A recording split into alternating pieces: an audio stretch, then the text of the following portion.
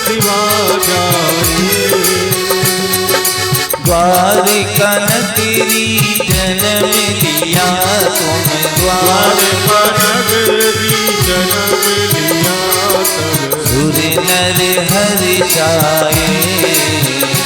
ओम जय मीना रुदन देख पशुओं का मन में भर करुणा आई। स्वामी भर करुणा आई।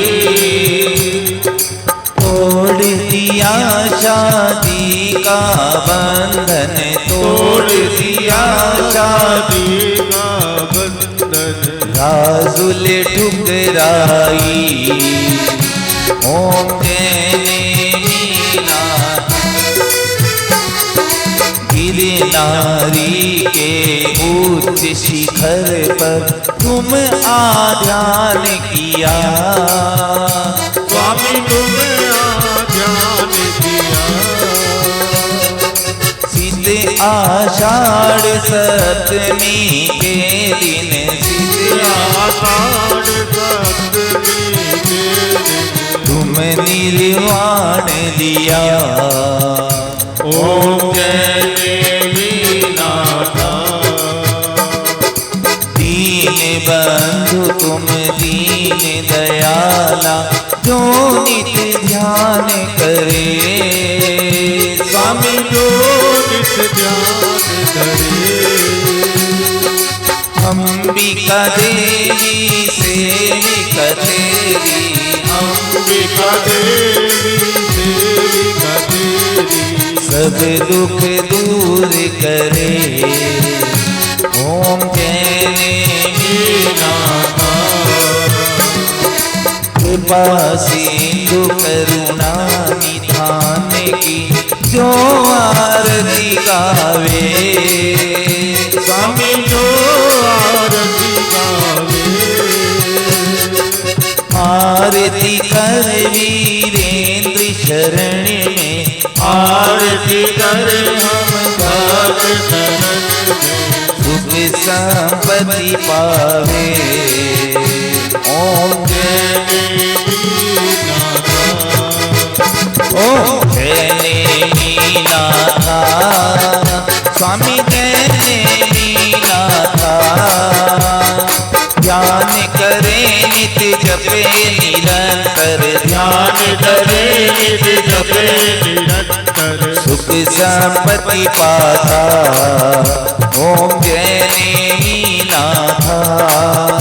ओम जय मीनाथा। जब बोलिए श्री गजानन नेमिनाथ भगवान की, जब बोलिए पर राज पर्यूषण पर्व की। 10 धर्मों की आरती करके होगा बेड़ा पार। 10 धर्मों की आरती करके होगा बेड़ा पार। धर्म बिना इस जग में कौन करेगा उद्धार। धर्म बिना इस जग में कौन करेगा उद्धार। आत्मा को दुख से निकाल के जो सुख में पहुंचाता, जो सुख में पहुंचाता, हर प्राणी के लिए वही तो सच्चा धर्म कहाता। सच्चा धर्म कहाता। उसी धर्म को धारण करके उसी धर्म को धारण करके होगा बेड़ा पार। धर्म बिना इस जग में कौन करेगा उद्धार। धर्म बिना इस जग में कौन करेगा उद्धार। उत्तम क्षमा मार्दव आर्जव धर्म कहे आत्मा के, धर्म करे आत्मा के। इनसे मैत्री विनय सरलता प्रकटित हो आत्मा में, प्रकटित हो आत्मा में। उत्तम सत्य व शोच धर्म से, उत्तम सत्य व शोच धर्म से होगा बेड़ा पार। धर्म बिना इस जग में कौन करेगा उद्धार। धर्म बिना इस जग में कोने करेगा उद्धार। उत्तम संयम तप त्याग मुक्ति का मार्ग बताते, मुक्ति का मार्ग बताते। इनको पालन करके मुनि जन मुक्ति पतित कहलाते, मुक्ति पतित कहलाते। हम भी इनका पालन करके हो, हम भी इनका पालन करके रहे मुक्ति का द्वार। धर्म बिना इस जग में कौन करेगा उद्धार, धर्म बिना इस जग में कौन करेगा उद्धार। उत्तम आकिंचन्य धर्म परिग्रह का त्याग कराता, परिग्रह का त्याग कराता। श्रावक को परिग्रह प्रमाण का सरल मार्ग समझाता, सरल मार्ग समझाता। उत्तम ब्रह्मचर्य तीहु जग में, उत्तम ब्रह्मचर्य तीहु जग में है सब धर्म का सार। धर्म बिना इस जग में कौन करेगा उद्धार, धर्म बिना इस जग में कौन करेगा उद्धार।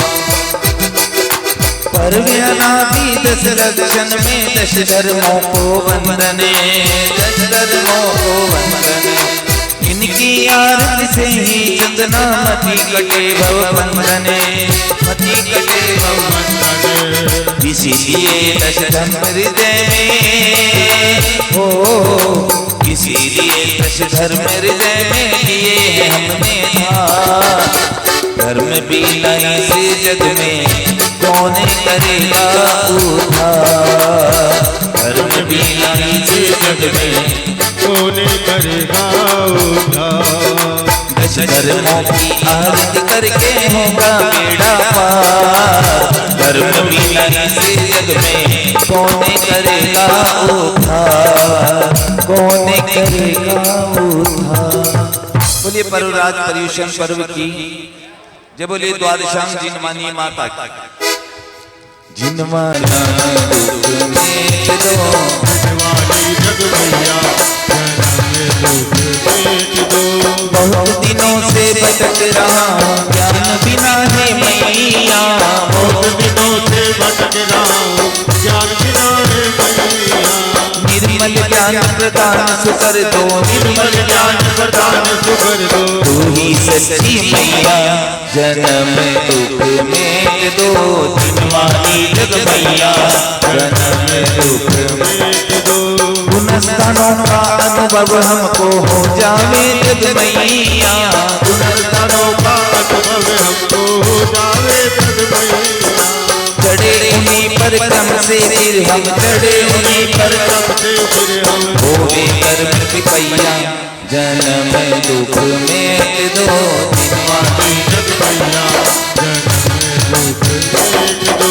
मीत हमारा जन्म मरण दुख इतनी विनती मैया, मीत हमारा जन्म मरण दुख इतनी विनती मैया।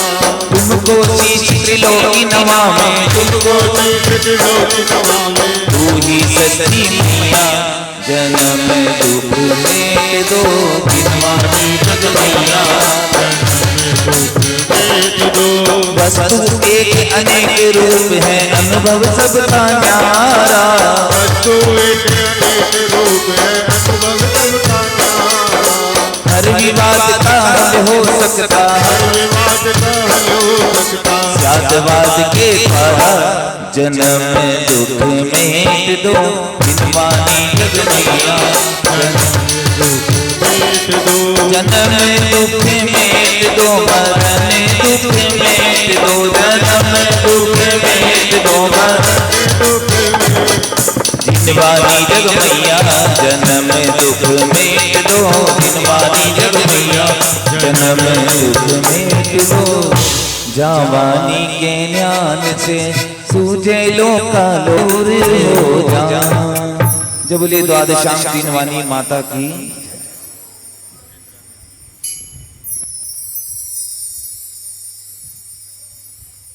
नेमिनाथ भगवान की जय। 24 तीर्थंकर भगवंतों की जय।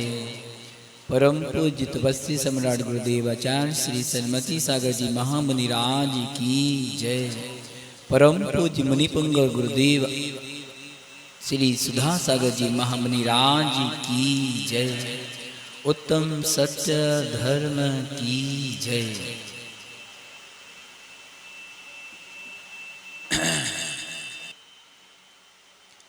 खेत में खेती करने के लिए जाता है तो हल की मुख्यता नहीं रहती, किसान की मुख्यता भी नहीं रहती, बीज की मुख्यता भी नहीं रहती।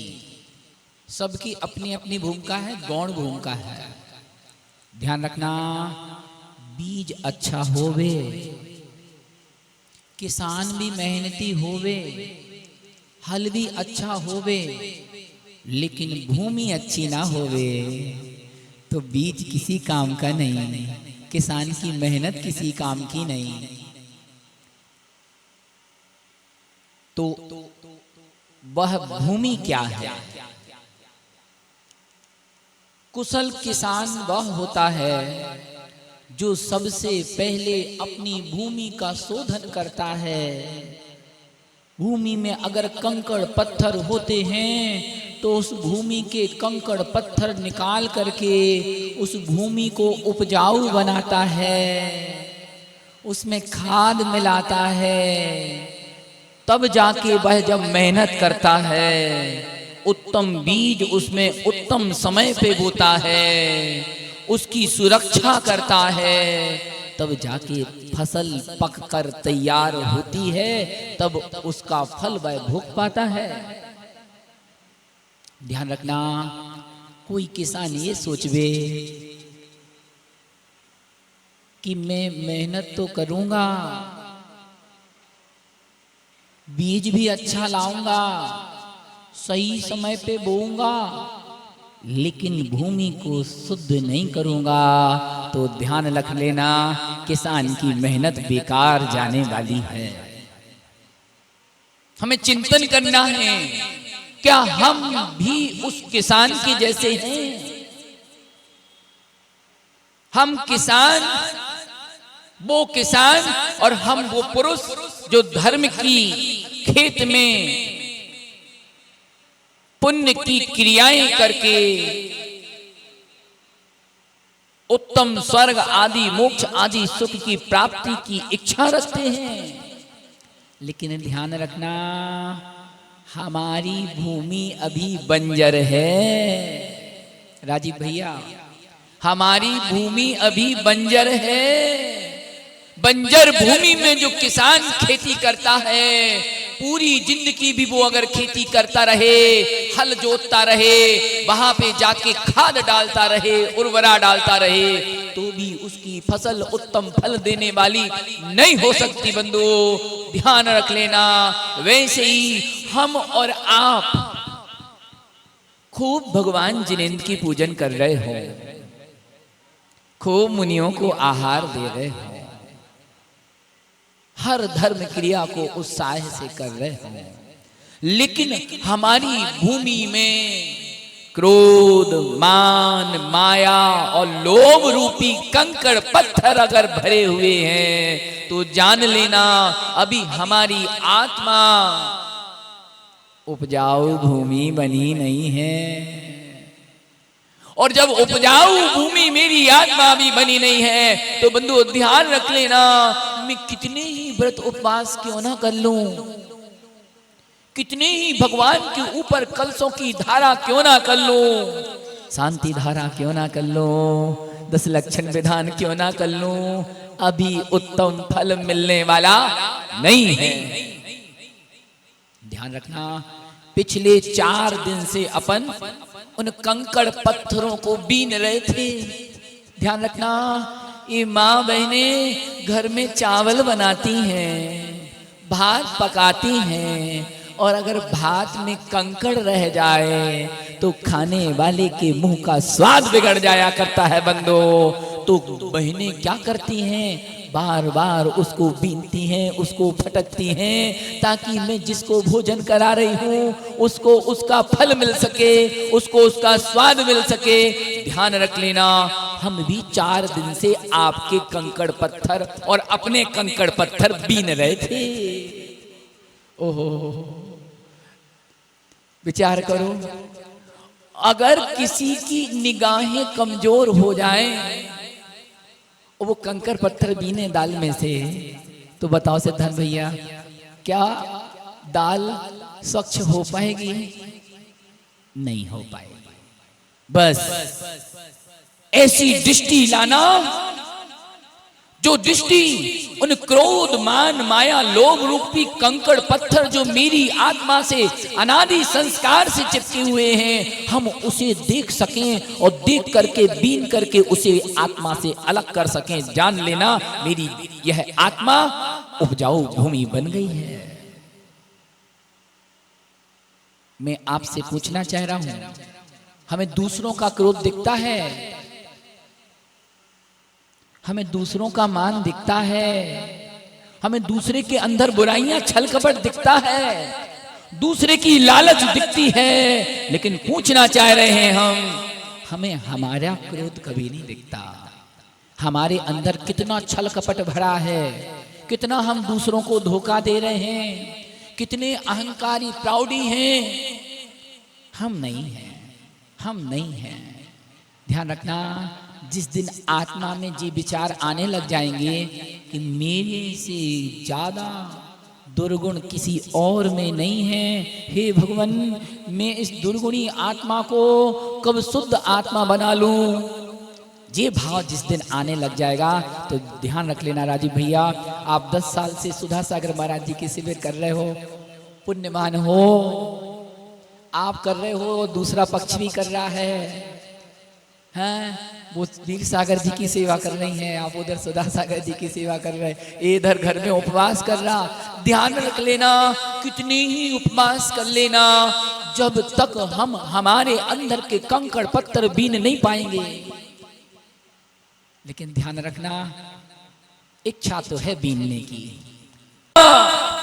वो चले गए, गुरु चले गए, अब हम किसके पास जाए? नहीं, वो चले गए, लेकिन हमें राह दिखा के गए। हम किसी और मुनि को, उनके शिष्य को अपना गुरु बनाएं। क्यों? वो आपको पग पग पर राह दिखा रहे थे।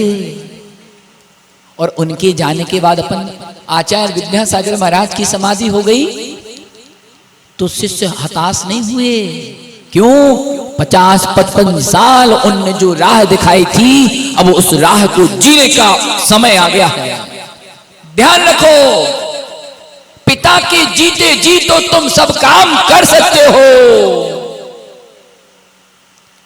पिता के जाने के बाद उसकी बातों को अपने जीवन में उतार के उसे जग जाहिर करके बता दो, तो वो सच्चा बेटा कहलाता है, सच्चा पुत्र पुत्री कहलाता है। ध्यान रखना, आचार्य सन्मति सागर जी चले गए, आपके गुरु महाराज, और आपके गुरु महाराज आचार्य विद्यासागर महाराज भी चले गए, लेकिन उनकी सिद्धांत अब भी हैं, तब भी थे, आगे भी रहेंगे। तो क्या करना है? जीवन में गुरु बनाओ। आपके भी गुरु थी आचार्य सन्मत सागर जी, ओहो पिडम्ब सागर जी, वाह। ध्यान रखो, जीवन में गुरु बनाओ। हमने गुरु स्कूल के तो बनाए हैं, विद्यालय में मेरा गुरु है, मेरा शिक्षक है। टीचर्स डे पे अभी था शायद कुछ दिन पहले, टीचर्स डे। हाँ, क्यों गुड़िया? टीचर्स डे पे टीचर को पेन लेके आई होगी, कुछ ना कुछ देके आए होगी। आजकल तो स्कूल में भी केक कटने लगे। ओहो, विद्यालय जो शिक्षा का मंदिर था,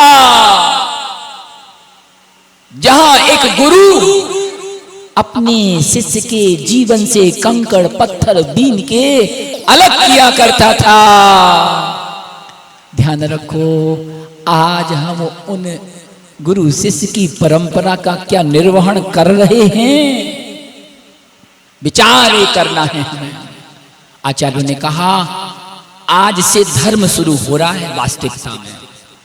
राजीव भैया, आज 10 लक्षण पर्व का 5वां दिन है और देखा जाए तो वास्तविक धर्म के 10 लक्षण आज 5वें दिन से प्रारंभ हो रहे हैं। कैसे भैया? आपने तो नई बात बता दी, हम तो पहले दिन से मेहनत कर रहे। हाँ, पहले दिन से जो मेहनत कर रहे थे, इस 5वें दिन के लिए मेहनत कर रहे थे। आचार्यों ने कहा पहले दिन क्रोध रूपी कंकड़ पत्थर को निकाला, दूसरे दिन माया को, दूसरे दिन मान को, तीसरे दिन माया को, चौथे दिन लोभ रूपी कंकड़ पत्थर कांटों को निकाला। तब जाके जिनके जीवन से ये 4 कसाएं निकल गई ना, अब वो व्यक्ति जब धर्म करेगा रवि भैया, तो उसका धर्म सच्चा धर्म माना जाएगा। क्यों? सुनो ना, सुन रहे हो? कोई कोई मंदिर में इसलिए आता है कि फोटो खींचेगी। ओहो हो। कोई कोई इसलिए आता है, आज तो कैमरे वाले आए हैं, वीडियोग्राफी होगी। ओहो हो। कोई कोई इसलिए आता है कि कुछ ना कुछ मंदिर में आने से लाभ होएगा। कोई इसलिए आता है, नहीं आऊंगा तो दूसरा क्या कहेगा, दूसरा कुछ कहे ना, इसलिए भी हम दिखावा करने के लिए भी आते हैं।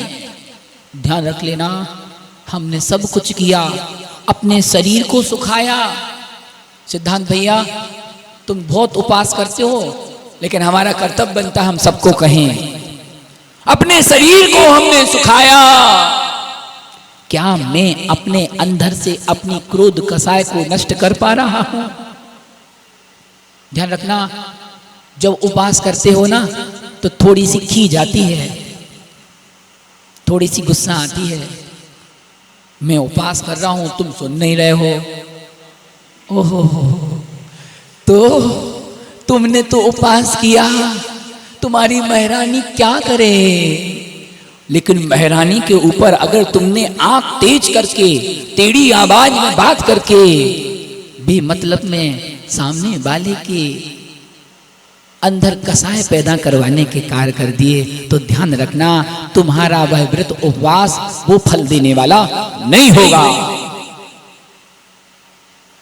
अगर मन में ये भावना जग गई कि मैं 10 दिन के उपवास करूंगा और 11वें दिन जब इस मंदिर की कमेटी सम्मान करेगी तो मेरा नाम भी उसमें बोला जाएगा, मेरा सम्मान भी होगा, मुझे माला पहनाई जाएगी, ये भावना भी अगर आ रही है ना मन में, तो आचार्यों ने कहा कि यह सब कुछ मिला कुछ भी नहीं। ये भावना मेरे मन में आ रही कि मैं जब सबके सामने बैठा हूं, तो पंडित जी बढ़िया से टोपी लगा के अप टू डेट होके बैठे हैं, चले गए तो गुड़े आके बैठ गए। ओहो, जैसे ही कोई आया तो मैं जाप अच्छे से करने लगा कि मेरे जैसा कोई भक्त नहीं। जैसे ही सब मंदिर देखा खाली हो गया, अब तो झपका भी ले रहे हैं। ध्यान रखो, क्या मैं ऐसी भक्ति कर रहा हूं? मैं अपने ऊपर भी कह रहा हूं और आपसे भी कह रहा हूं, क्या हम ऐसी भक्ति कर रहे हैं? ध्यान रखना, हम टाइम पास करने के लिए मंदिर में नहीं बैठे कि यहाँ पे कोई आपको कुछ आधा घंटे पौन घंटे आपका समय अच्छा बीत रहा है। ध्यान रखो, ये युग युग की कथा है, जन्म जन्म में हमने ये सब कुछ किया। आचार्यों ने कहा इतनी बार हम संयम धारण कर चुके कि अगर पीछे कमंडलों के ढेर भी लगा दिए जाएं तो सुमेरु पर्वत छोटा पड़ जाएगा। पे निज आत्म ज्ञान बिना सुख लेस न पायो। क्रिया तो बहुत की, लेकिन आत्मज्ञान के बगैर क्रिया की। सो आचार्यों ने कहा पूरे जिंदगी क्रिया करते रहना, लेकिन आत्मज्ञान नहीं होगा तो ध्यान रखना, जीरो से शुरू हुए थे, जीरो पे समाप्त हो जाओगे। तो क्या करना? सबसे पहले गुरु बनाना। गुरु जिसने बना लिया, उस गुरु के पास साल में एक बार जाना, और ध्यान रखो, गुरु जिसे बनाओ, नियम रखना अपने जीवन में, उस गुरु से अपनी साल भर की गलतियां बखान करना। ऐसा नहीं हो कि हम गुरु को अच्छी अच्छी बात तो बताएं, भगवान हमने उपवास किए थे, हमारे मंदिर में 10 लक्षण विधान हुआ था, ये तो सब बताओगे आप, ये नहीं बताओगे भगवान मंदिर में प्रोग्राम होने के पहले कमेटी की मीटिंग हुई थी, तो हमने भी दूसरों के बाल खींचे थे, उन्होंने भी मेरे बाल खींचे थे, हमने भी युद्ध लड़ा था, उन्होंने भी युद्ध लड़ा था। 10 लक्षण में बहुत युद्ध लड़े जा रहे हैं। ओहो, चाहे इंदौर हो, चाहे अजमेर हो, चाहे आपका बहलना जी हो। ओहो, ध्यान रखना, हमने अपने जीवन में जो कुछ प्राप्त नहीं कर पाया है, हम अपने पुत्रों से आशा करते हैं। एक पिता अगर 10th बोर्ड में पास नहीं हो पाया हो और उसका विवाह हो जाए और उसका पुत्र हो जाए, तो वो अपने पुत्र के ऊपर अपनी पूरी की पूरी आशाएं थोप देता है, तुम्हें टॉप करना है, जैसे बने वैसे तुम्हें टॉप करना है, मैं तुम्हारे लिए कितनी मेहनत करता हूं, ध्यान रखना। उसकी क्षमता होगी तो करेगा, लेकिन अपनी असफलताओं को उसके ऊपर कभी लादना नहीं बंधु। वैसे ही जो लोग बाहर की राजनीति में फेल हो जाते हैं, सुबह मंदिर की राजनीति में अपनी पूरी भड़ास निकाल देते हैं। क्यों? बाहर तो टिकट मिलने वाला है नहीं, और मिल भी जाए तो जीतने वाले नहीं हो, तो क्या करें? मंदिर बहुत अच्छा अखाड़ा है, यहां आके हम आके नहीं कह रहे, हम टीकमगढ़ की कह रहे हैं।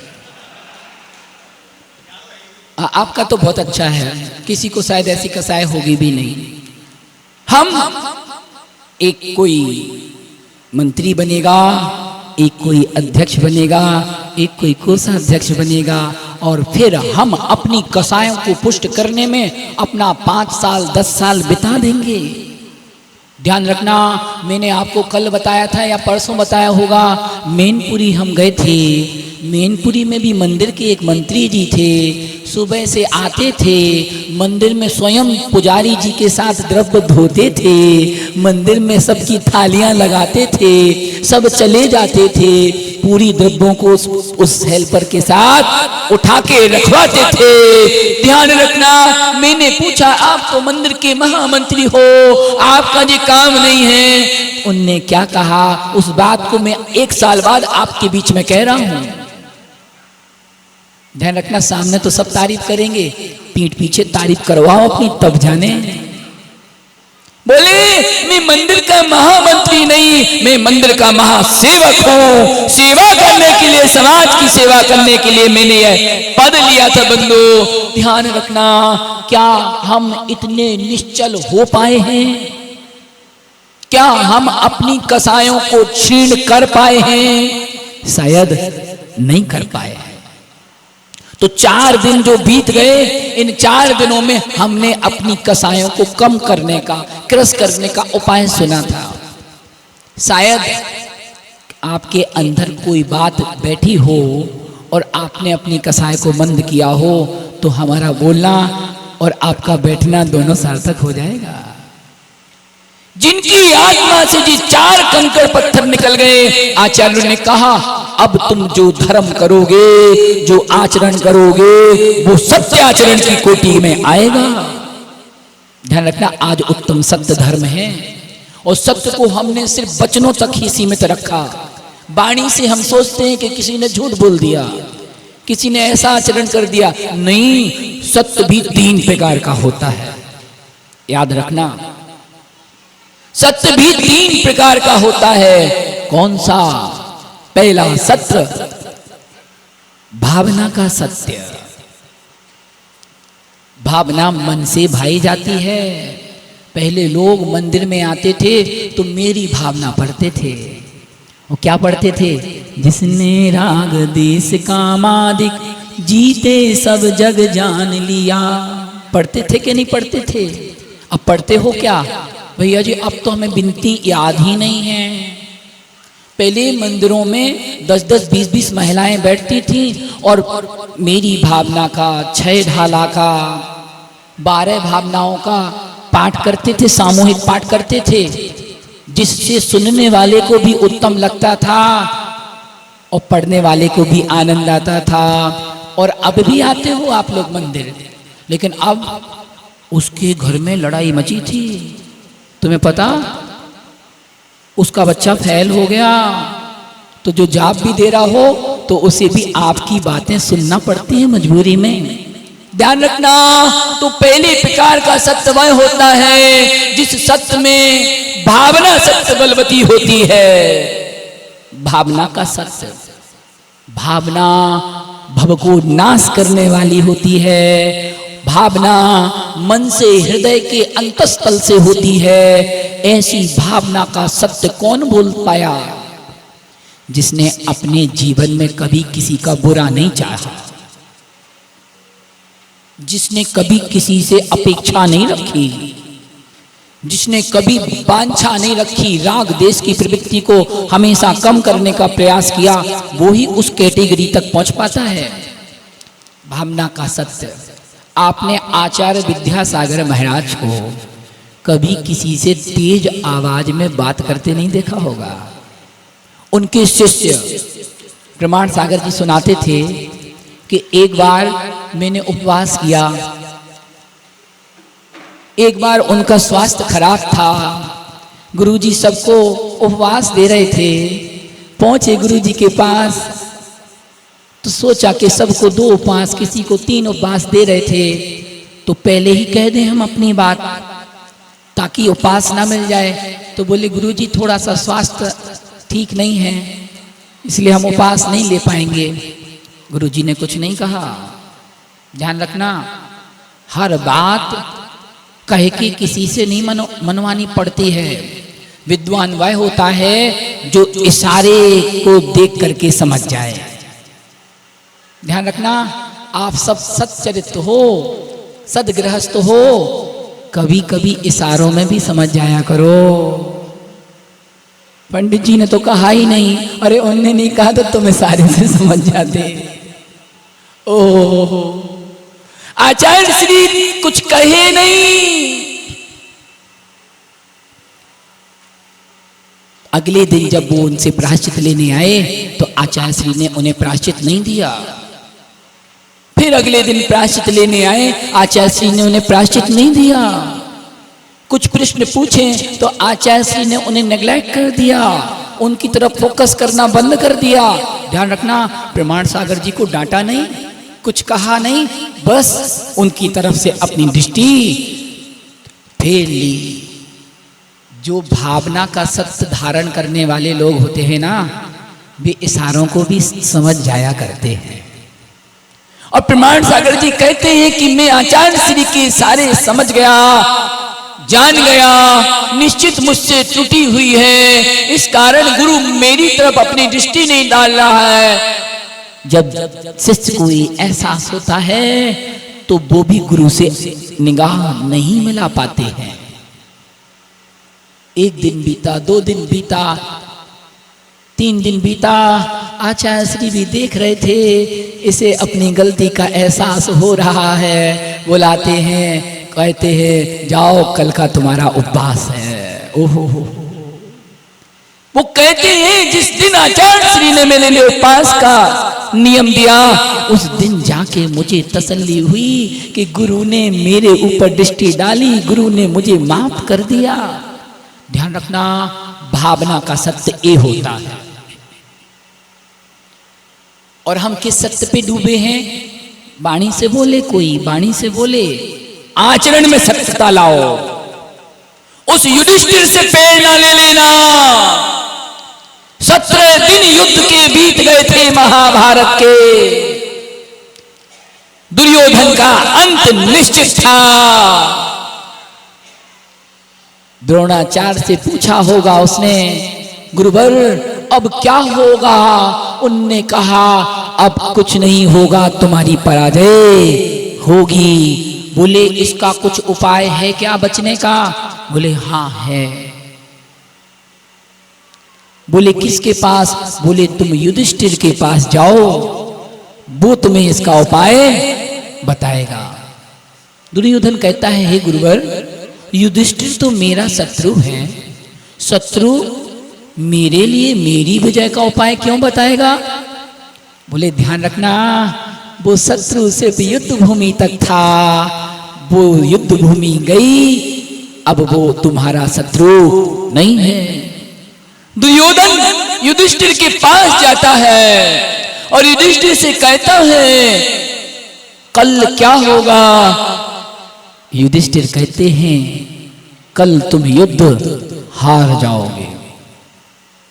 दुर्योधन कहता है क्या अभी भी कोई उपाय है मेरे जीतने का? युधिष्ठिर कहता है हाँ एक उपाय है। बोले क्या? बोले तुम्हारी मां पतिव्रता है, उसने जीवन में अन्य पर पुरुष को कभी देखा नहीं है। जाओ अपनी मां से कहना कि मुझे अंतिम बार देख लो, कल मैं तुझे मिलूं ना मिलूं। तो क्या कहा? अपने पूरे वस्त्र उतार के जाना। दूसरे दिन सुबह से स्नान करके दुर्योधन मां के पास जाता है तो रास्ते में कृष्ण जी मिल गए। ध्यान रखना, कृष्ण जी ने सोचा अगर जी वहां पहुंच गया तो सब 17 दिन की मेहनत बेकार चली जाएगी। बोले दुर्योधन तुम नग्न होकर के कहां जा रहे हो? बोले मैं अपनी माता के दर्शन करने जा रहा हूं। बोले अब तुम बच्चे नहीं हो, अब तुम युवा हो गए हो, जवान हो गए हो, मां के पास भी ऐसे जाया जाता है क्या? मां मां होती है। कृष्ण जी को क्या कहना था उनने कह दिया, उसके अंदर वो बात बैठ गई और उसने पत्ते अपने अधा स्थान पे लपेट लिए। मां के पास जाता है, मां पट्टी खोलती है, उसकी आंखों की दृष्टि जैसे ही दुर्योधन के तन पे पड़ती है, जितने शरीर को वो देख पाती है उतना शरीर उसका वज्रमय हो जाता है। लेकिन ध्यान रखना, कृष्ण जी ने तो पहले ही व्यवस्था कर दी थी। अगले दिन युद्ध होता है दुर्योधन का और भीम का भीषण युद्ध होता है बंधु। लेकिन ध्यान रखना, जितने स्थान में पत्ते बांधे रखे थे उसी स्थान पे भीम ने गदा का प्रहार करके उसका वध कर दिया।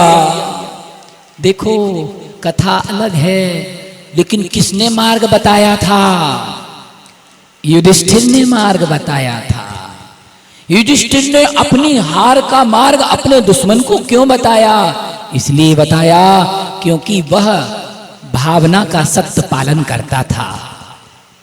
जब तक युद्ध भूमि में है तब तक मैं युद्ध रूपी कर्तव्य को कर रहा हूं। अब मैं युद्ध भूमि में नहीं हूं, वो मेरा भाई है। भाई भाई के लिए रास्ता नहीं बताएगा तो क्या दुश्मन के लिए बताएगा?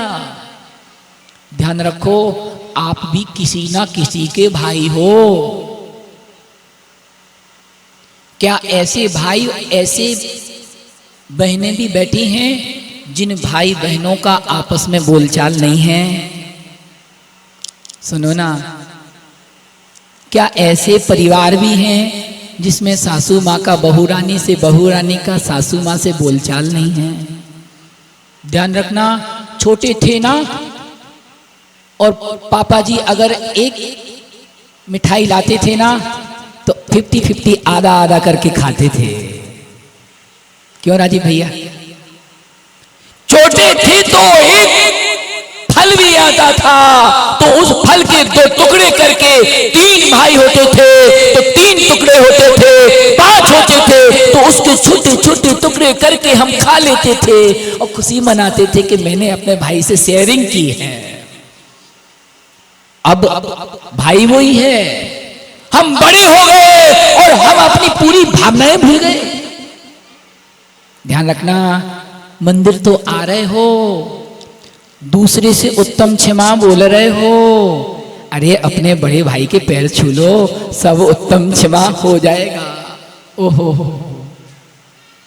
हम अपने परिवार को, आचार्यों ने कहा सबसे पहले खुद सुधरो, अपने परिवार को सशक्त करो, फिर दूसरे को करने के लिए निकलना।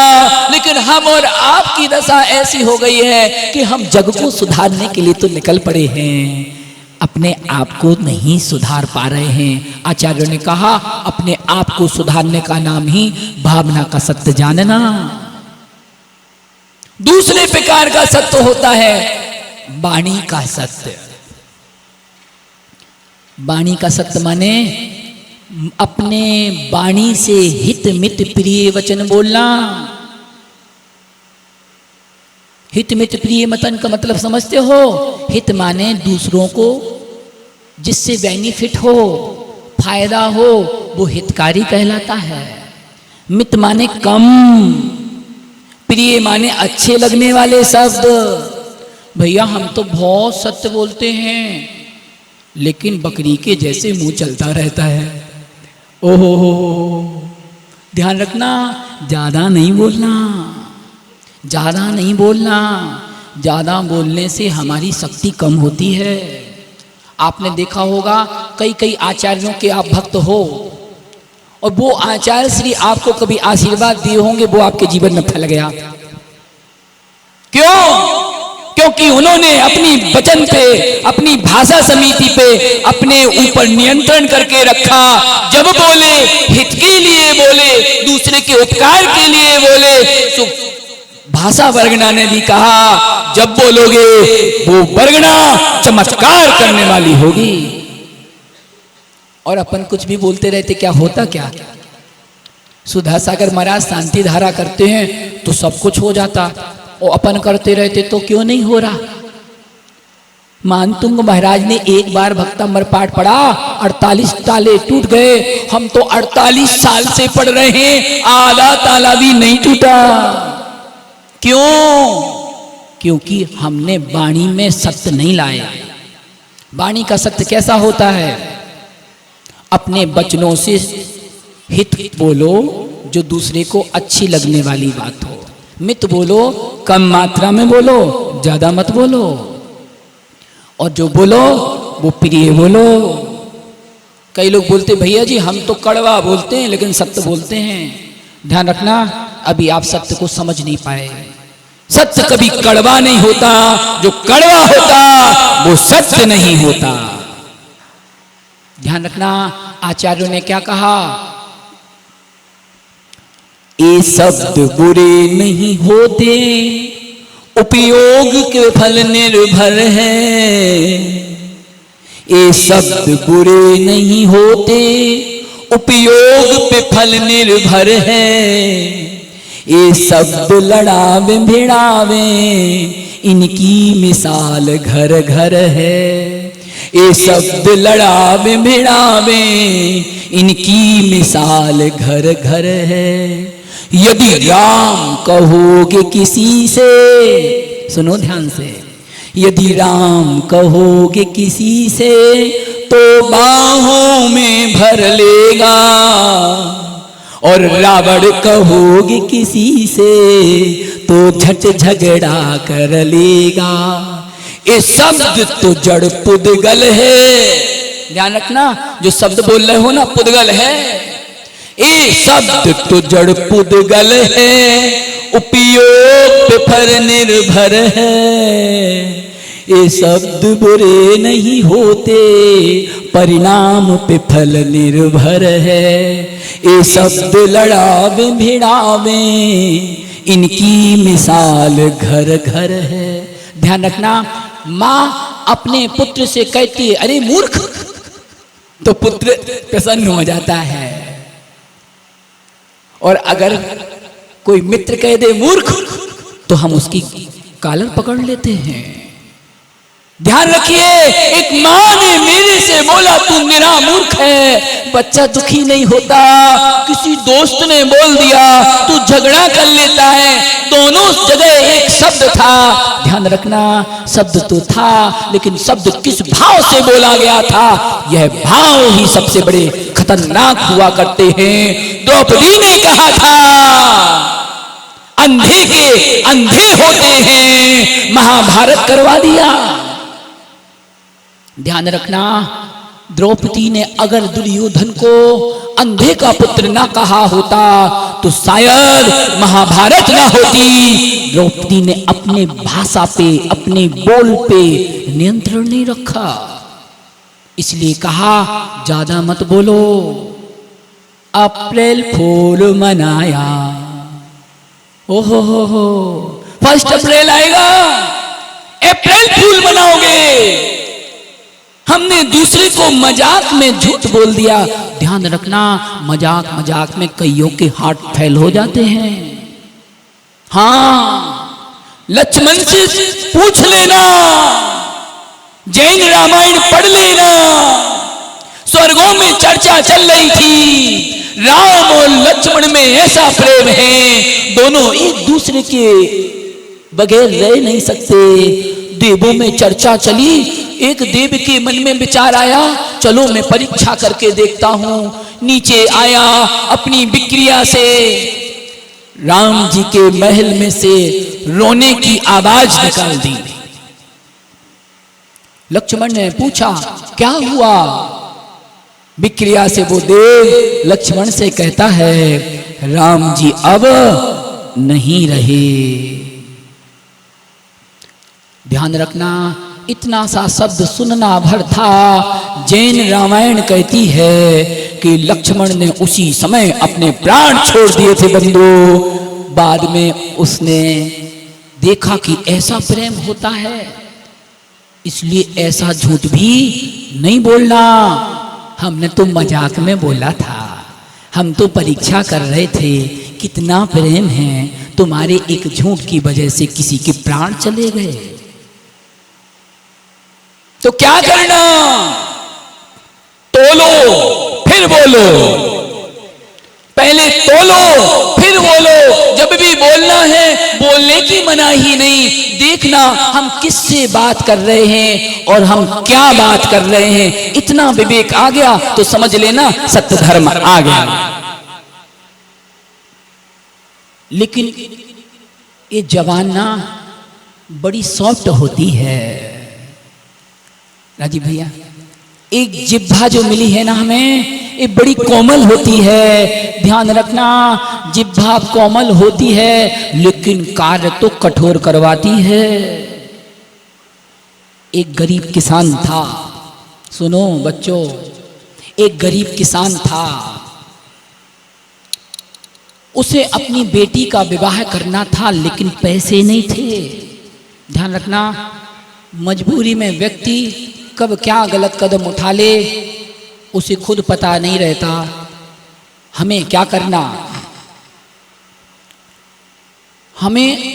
हमने अपनों की मदद तो कई बार की, हमें ये भी देखना हमारी समाज में ऐसे कौन कौन से लोग हैं जो कमजोर हैं।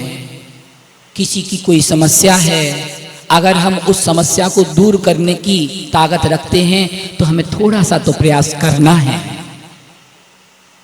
ध्यान रखना, वो एक व्यक्ति था और जंगल में जा रहा था, मरने के लिए जा रहा था। सामने से शेर आ रहा था, शेर को देखकर सब भाग जाया करते हैं, लेकिन यह तो सोच रहा था मरने तो निकला था, चलो अच्छा है शेर का निवाला बनूंगा, किसी का भला तो होगा। शेर भी देखता है, कहानी का शेर है सो बोलता भी है। शेर बोला संसार तो मुझसे डरता है, तुम मेरे सामने निडर होके क्यों खड़े हो? वो कहता है भैया मैं तो मरने के लिए निकला हूं, चलो अच्छा हुआ तुम सामने से आ गए तो तुम्हारे पेट की भूख मिट जाएगी। बोले क्या हुआ? बोले मेरी एक पुत्री है जिसका विवाह करना है, मेरे पास धन संपत्ति नहीं है, इसलिए अब मैं क्या करूं, इसलिए मरने के लिए आया हूं। ध्यान रखना, जब निष्कपट आचरण करोगे ना तो विपरीत बुद्धि वाला भी आपके पक्ष में हो जाएगा। अब वो शेर भी उसके पक्ष में हो गया। कहता है मैंने अपने जीवन में अनेकों का शिकार किया, तुम पहले हो जो बच के जाओगे। जाओ मेरी गुफा में, जिनको मैंने मारा था उनके गहने रखे हुए हैं, तुम सब ले जाओ और अपनी बेटी का विवाह कर देना। लेकिन ध्यान रखना, शादी का कार्ड हमें भी देना। ओहो, विपत्ति का मारा क्या नहीं करता, वो गहने लेता है, घर आता है, तैयारी करता है। शेर को वचन दिया था तुम्हें भी शादी का कार्ड दूंगा, तो पहला कार्ड अपने उपकारी को देने जाता है और कहता है शेर जी मेरी बेटी का परसों विवाह है, तुम जरूर आना। शेर आता है, बारात आई हुई थी, सब लोग देखते हैं शेर आ रहा है और सब लोग यहां वहां भय के कारण भागने लगते हैं। बोले क्या हुआ? शेर को देख करके सब कहते हैं देखो शेर आ गया। ध्यान रखना, बोलोगे ना तो जवान पे लगाम लगा के बोलना है हमें। वो व्यक्ति कहता है अरे शेर कुछ नहीं करेगा, ये तो गधा है, गधा। ओहो हो, किसी को घर में बुलाना नहीं। सुनो ध्यान से, किसी को घर में बुलाना नहीं, बुलाओ तो अपमान करना नहीं। किसी मुनिराज को अगर श्रीफल भेंट किया है तो फिर छोड़ के आना जहां उनको जाना है। ऐसा नहीं मेरा तो काम हो गया, मंदिर पे कलश चढ़वाना था, मेरा काम हो गया, महाराज जी अकेले जा रहे हैं।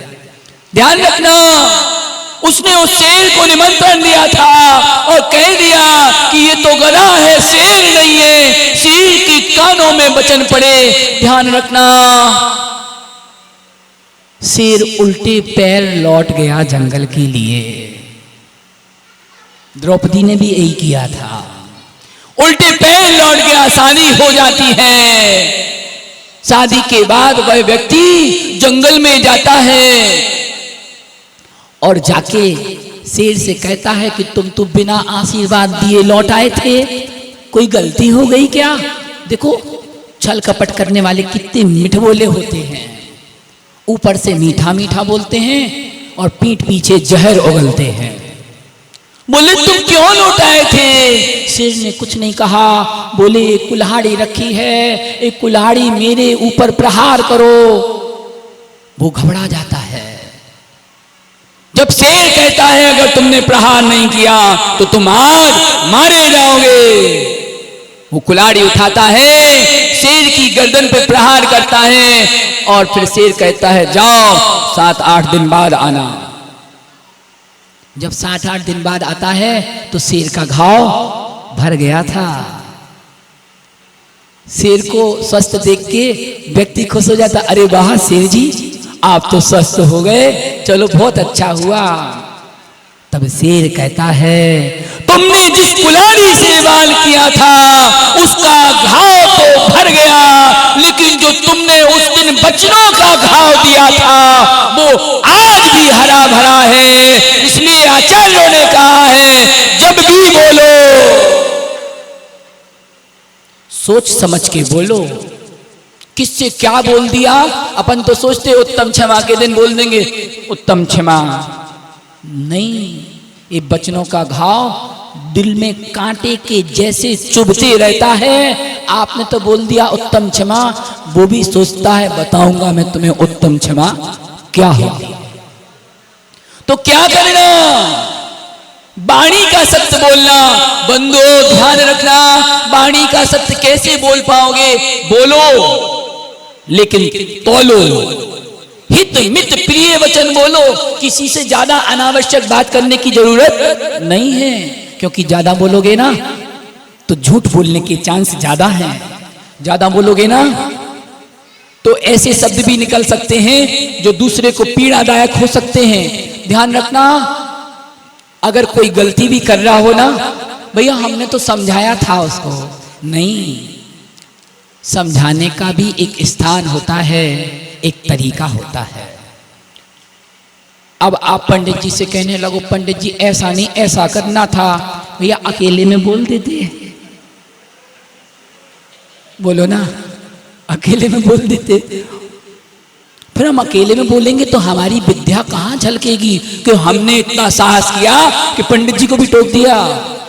ओहो हो, आचार्यों ने कहा अध जल गगरी छलकत जाए, या तो अज्ञानी बने रहना या विद्वान बन जाना। जो बीच वाले लोग होते हैं ना, अध कचरा, वे अपने आप को सुपीरियर समझते हैं। ध्यान रखो, और उसमें हम क्या करते हैं, किसी को भी कहीं भी टोक देते हैं। अगर हमारे बच्चे मंदिर में अभिषेक पूजन करने आते हैं, उन पे अगर अभिषेक करते नहीं बन रहा, जैसे कर रहे वैसे करने दो। एक उल्टे हाथ से कर दिया, कर लेने दो, कोई भगवान नाराज थोड़ी हो गए। हमारे भगवान तो बीतरागी हैं। हाँ, हमारे भगवान तो बीतरागी हैं, नाराज नहीं होंगे। हमारे भगवान वो हैं कि उनकी तुम निंदा करोगे तो तुम्हें आशीर्वाद नहीं देंगे, तुम उनकी प्रशंसा करोगे वो तुम्हें आशीर्वाद नहीं देंगे, और निंदा करोगे तो वे तुम्हें श्राप नहीं देंगे। वो होता है जिन शासन और जिन शासन के अनुयायी। तो क्या करें, हमारा कोई व्यक्ति मंदिर में पूजा गलत कर रहा है, करने दो। अगर हमारे बच्चे मंदिर में आ गए, हमें छू गए, हम फिर से वस्त्र बदल लेंगे, उसको मत टोको। क्यों? टोकने का भी एक स्थान और एक तरीका होता है। जब कहीं बाहर मिलता तो इनडायरेक्ट आप कह देते, अरे यार मेरे को तो आज उल्टे हाथ से अभिषेक किया, मेरे से बहुत गलती हो गई, ऐसा मुझे अभिषेक नहीं करना चाहिए था। वो समझ जाएगा कि मैंने भी आज उल्टे हाथ से अभिषेक किया था। लेकिन आपके अंदर, ध्यान रखना, हमारे अंदर, अब उसे हम क्या कहें, कोई चीज पचती नहीं, जबान पे आए बगैर रहती नहीं। किसी ने गलती की नहीं और हमने टोका नहीं, भले हमने वो गलती 1000 बार की हो। तो क्या करना, सत्य धर्म है, आज संकल्प लेना। चलो, किसी ने इस खाने की जगह उस खाने में द्रव्य चढ़ा दी, कोई बात नहीं, चढ़ाई तो। अगर किसी ने जयमाला में श्रीफल 2-2 चढ़ा दिए, कोई बात नहीं, चढ़ाए तो। ऐसे तो नहीं घर में ले गया, चढ़ाए तो ना, 2 चढ़ाए ना। अरे 2 क्या, तुम तो 200 चढ़ाओ, अच्छी बात है ना। नहीं, 2 कैसे चढ़ा दिए, 1 चढ़ना चाहिए था। ओहो, इतना ही आपके अंदर विचार आ गया और आपने सामने वाले को टोका लगा दिया, इतनी पब्लिक के सामने टोका लगा दिया। ध्यान रखना, अंदर कसाई लेके जाएगा, आज मुझे टोका है, एक दिन मैं इसका बदला चुकाऊंगा। यही तो उत्तम सत्य धर्म है। असत्य क्या है, हम सोचते हैं कि हमने सत्य बोल दिया। सत्य कभी कठोर होता नहीं, जो कठोर होता वो सत्य होता नहीं। तो क्या करना, हम विद्वान हैं, हम रोज अभिषेक पूजन करते हैं। अगर कोई नया आ गया, उससे कोई त्रुटि हो जाए, कोई बात नहीं, करने दो, कभी तो सीखेगा। जब हम भी नए नए आए थे ना, तो हम भी गलती करते थे। आज इसने गलती कर दी, कोई बात नहीं, नहीं ढक पाया सिर्फ, तो कोई बात नहीं, सबके सामने मत टोकना, एकांत में जाके इशारे से समझा देना। लेकिन हमें सबके सामने किसी को टोकना नहीं है। तो पहले प्रकार का सत्य क्या, भावना का सत्य। दूसरे प्रकार का सत्य क्या, वाणी का सत्य। और तीसरे प्रकार का सत्य क्या, व्यवहार का सत्य। जो मन में अपने अच्छे भाव ले आता है, वचनों से अच्छे भाव बोलने लगता है, और व्यवहार में भी उसको आत्मसात कर लेता है। बंधु जान लेना, उसने उत्तम सत्य व्रत पा लिया है। और उसने अगर उत्तम सत्य व्रत पा लिया है, तो 4 दिन के जो मेहनत की थी ना आपने, वो आपकी सार्थक हो गई। लेकिन ध्यान रखना, उत्तम सत्य वही प्राप्त कर पाएगा जिसने 4 दिन अपना शोधन किया होगा, जिसने क्रोध, मान, माया, लोभ रूपी कंकड़ पत्थरों को अपनी आत्मा से बीन बीन कर बाहर निकाल दिया होगा, वही उत्तम सत्य धारण कर सकता है, अन्यथा व्यक्ति उत्तम सत्य का पालन नहीं कर सकता। आइए, हम तो चाहते कि और बोलते जाएं, लेकिन आपकी भी, हाँ हमें पता है हाँ चलो कोई बात नहीं, यही सत्य है, यही सत्य है। क्या हमें दूसरों की भावनाओं को भी समझना है। पंडित जी को इशारा नहीं किया घड़ी का, तो बोलते ही जा रहे हैं, है ना। हम आपका इशारा समझ गए। क्या करें, आज घर जाना, लाइट बुझाना, अंधेरा करना रवि भैया, और फिर सोचना हमने कितनों को ठगा, कितनों से झूठ बोला। सुबह से शाम पर्युषण पर्व में भी, सत्य धर्म के दिन आज भी आप लोग, हम लोगों ने कितनों से कितने बार झूठ बोला। थे कहीं और फोन पे बोल दिया कहीं। बस इतना हिसाब लगाना और ये सोचना, बाकी 5 दिन बचे हैं आपके पास। आज 50% हो गया, 50% बचा है, अभी भी कुछ नहीं बिगड़ा।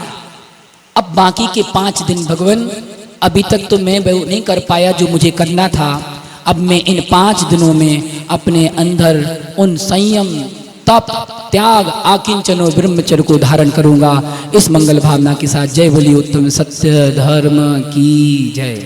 जिनवाणी स्तुति के लिए खड़े हो जाएं। जावा हे जिनवाणी भारती, तोय जपूं दिन रैन, जो तेरा शरणागहे, सो पावे सुख चैन। देव भजो अरहत, क्षमा धर्म पालो सदा, यही सकल सुख चैन। काय विसर्गम करो।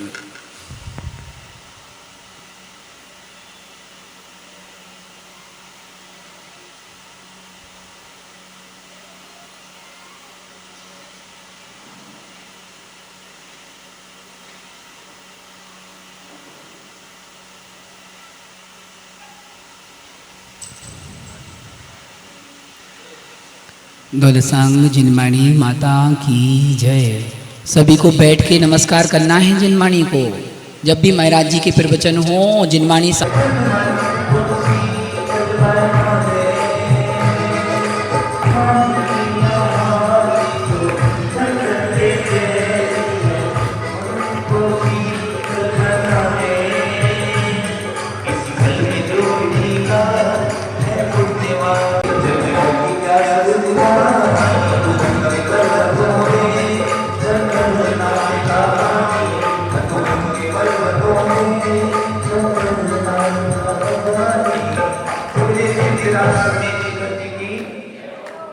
भगवान की जय।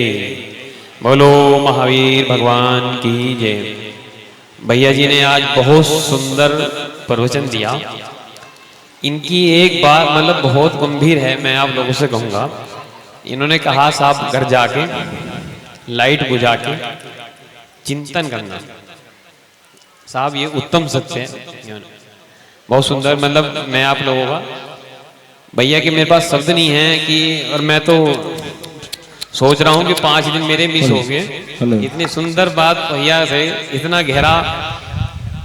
ठीक है साहब, बहुत बढ़िया। रोज यही आनंद है भैया। अब आगे 5 दिन जो नहीं मैं तो साहब इनका नंबर, भाई साहब का नंबर ले लिया।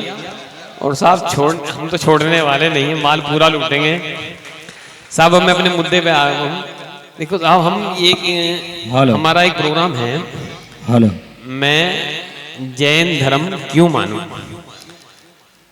मैं आपके साथ अपने कुछ अनुभव शेयर करना चाह रहा हूँ। जब मैं शुरू में लगा तो मन में काफी शंकाएं थी भाई ये क्यों, ये क्यों, ये क्यों, मतलब मैं आपको नहीं बताऊं कि भाई क्यों करूं, वही पर्सन वो मैं अपने अनुभव आप लोगों के साथ शेयर करना चाहता हूं। आप लोग उस मेरे अनुभव से थोड़े से उसका फायदा उठाएं आप लोग। मैं आप सब लोगों से एक प्रश्न पूछता हूं, जितनी भी हमारी ये युवा पीढ़ी है, कि हम जैन धर्म क्यों माने, मतलब कुछ भी आपके मन में कोई, मतलब यो हम मैं भी आपके साथ का ही हूँ, कुछ भी बताओ चाहे कुछ भी हो। भैया एक आदमी जो है, देखो भाई, बच्चों से भैया जी ने क्वेश्चन पूछा है कि हम जैन धर्म क्यों माने, अपने विचार बताओ। कुछ भी बता दो, आपके मन में कुछ भी हो, चाहे आप। हमें जैन धर्म में तो सभी की मतलब कि सभी को समझना चाहिए कि हमें एक इंद्रिय जीव की भी रक्षा करनी चाहिए, 5 इंद्रिय जीव की भी रक्षा करनी है, सबकी रक्षा करना सिखाया जाता है, सबके बारे में अच्छा सोचना सिखाया जाता है। बहुत सुंदर। एक ऐसा गोल्डन चांस मिला है कि अगर मैं आपको मतलब शब्दों में नहीं बयान कर पा रहा, मैं अब आपसे बताता हूँ साहब कि इतना गोल्डन चांस है कि मेरे पास शब्द नहीं है। अब हम सोचते हैं साहब, हम अपने जैन धर्म को थोड़े सा बताता हूँ कि हम अपने जैन धर्म को बहुत हल्के में ले रहे हैं।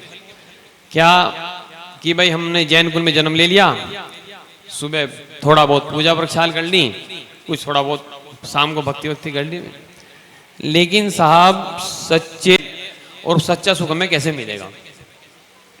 अब हमारे बात यह है कि हम जैन धर्म क्यों माने, भाई हम क्यों करें साहब।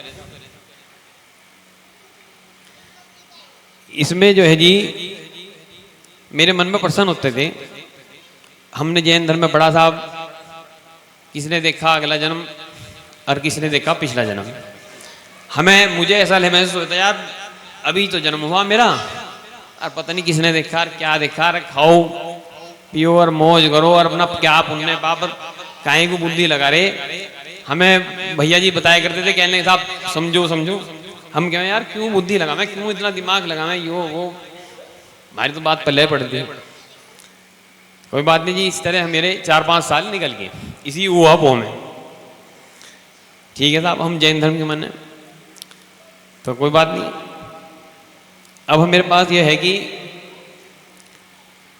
अब सब सोचते हैं भाई किसने देखा स्वर्ग नरक, किसने देखा सभी हो। मैं अब आपको बताता हूँ कि आप आज से नहीं, आप अनादि काल से दुख भोगते भोगते भोगते आ रहे, और जब तक हमारा जिस प्रकार सुई में धागा डालते हैं, हम कितना प्रयास कर लें, अगर मान लो सुई में धागा नहीं डाला तो कितनी बार प्रयास कर लो, डाला नहीं तो डलना ही नहीं, वो काम नहीं होने का। इसी प्रकार बहुत एकत्र मतलब बिल्कुल एक फोकस करके हमें अपना वो धागा सुई में डालना है। अब मैं आपको बताता हूँ कि साहब हम आज से नहीं, हमें तो लगता है कि हम अभी पैदा हो गए रवि, लेकिन हम आज से नहीं साहब अनादि काल से चल रहे। मैं अब आपके सामने एक छोटी सी रिसर्च रखूंगा, अब आपके सामने आपको उसका जो है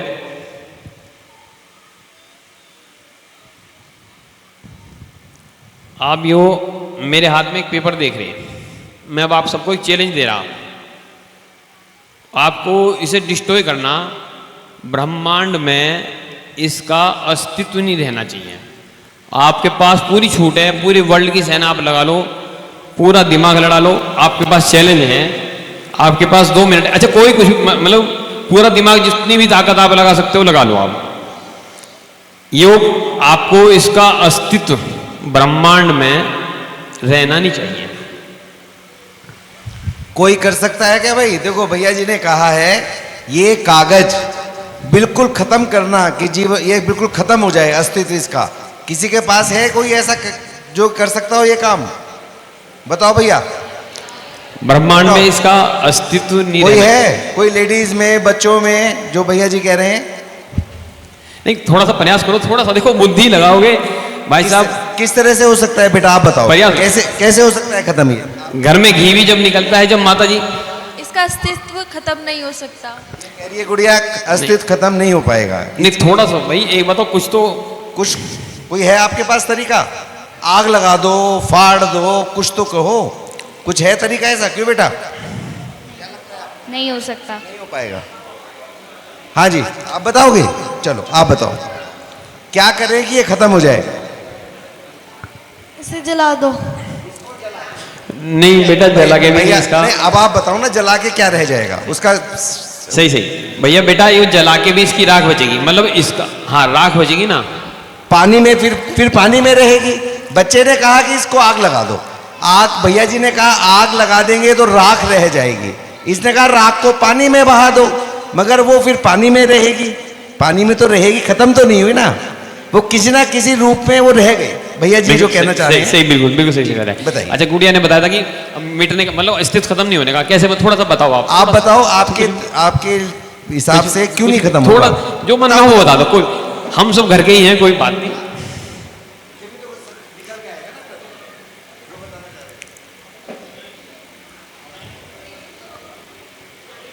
कोई बात नहीं, जो पीछे बता गुड़िया है वो लाल से टी शर्ट में, वो भी कह रही थी।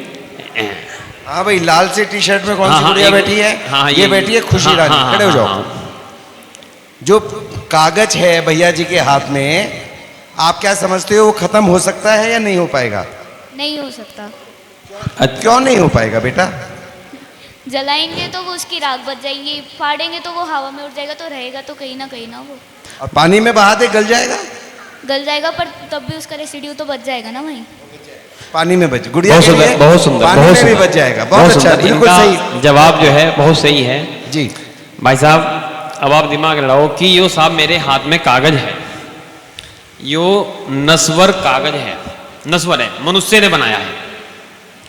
और मतलब आप इसे यूं नहीं, चाहे इसे आप अनंत काल के लिए कहीं दबा दो, कहीं कुछ कर दो, इसका अनंत काल पहले अस्तित्व था, चाहे किसी रूप में हो। हमारा सब जो इसके अंदर में सब रिसाइकल प्रोसेस चल रहा है, सब रिसाइकल प्रोसेस चल रहा है, recycle recycle recycle recycle recycle, मतलब ये नस्वर है पूरी का, मतलब अब आप ये देखो, जो भी नस्वर कागज जो मनुष्य ने बनाया है, ना चेतन है ना कुछ है, नस्वर बिल्कुल हर तरह से। जब अनंत काल पहले यो भी किसी ना किसी रूप में था, चाहे मिट्टी में हो, पेड़ में हो, किसी न किसी रूप में था यो, तो यानी कि इसका मतलब हमारा भी तो अस्तित्व, हम तो चेतन हैं जी, हम तो चेतन हैं साहब, तो यानी कि हमारा भी तो कहीं ना कहीं अस्तित्व होगा। मतलब आप इसे और थोड़ा सा गंभीर लेके कि इसका अस्तित्व, मतलब आप ये देखो नस्वर पर्याय है, निर्जीव वस्तु है, और इसका अस्तित्व अनंत काल पहले भी था, और आज भी है, और अनंत काल बाद में भी रहेगा, रिसाइकल रूप में रहेगा, चाहे हो जाए किसी रूप में चला जा, मिट्टी बन जा, रिसाइकल प्रोसेस चल रहा। तो अब आप ये प्रयास करो, अब आप ये अपना दिमाग लड़ाओ कि साहब जब ये नश्वर वस्तु है, इसका अस्तित्व विद्वान था, मैं तो चेतन हूं। आगम में उल्लेख है कि साहब ना शस्त्रों से कटने का, ना अग्नि में जलने का, ना पानी से गलने का, मतलब जब ये इसका अस्तित्व था तो मेरा भी तो अस्तित्व अनादि से है साहब, नहीं? यानी कि इसका मतलब मैं अगर मान लूं, अगर आप लोगों, अच्छा सबको बात मेरी समझ में आ रही ना पूरी? कोई अगर कोई शंका हो तो बता दो आप, कोई बात नहीं, किसी को कोई बात हो तो यानी कि इसका मतलब मेरा भी तो अस्तित्व, यानी कि मैं मान लूं कि अगला मेरा पिछला जन्म भी था, मतलब मैं अगर मैं गलत नहीं हूं, मैंने यानी कि मेरा पिछला जन्म भी तो होगा भाई। जब इस कागज का अस्तित्व था तो इसका मतलब मेरा भी तो पिछला जन्म होगा। इस रूप में तो आप 50 साल से या जो भी आपके आयु है, इस रूप में तो अब हैं, मगर उससे पहले किसी ना किसी रूप में तो होंगे ना।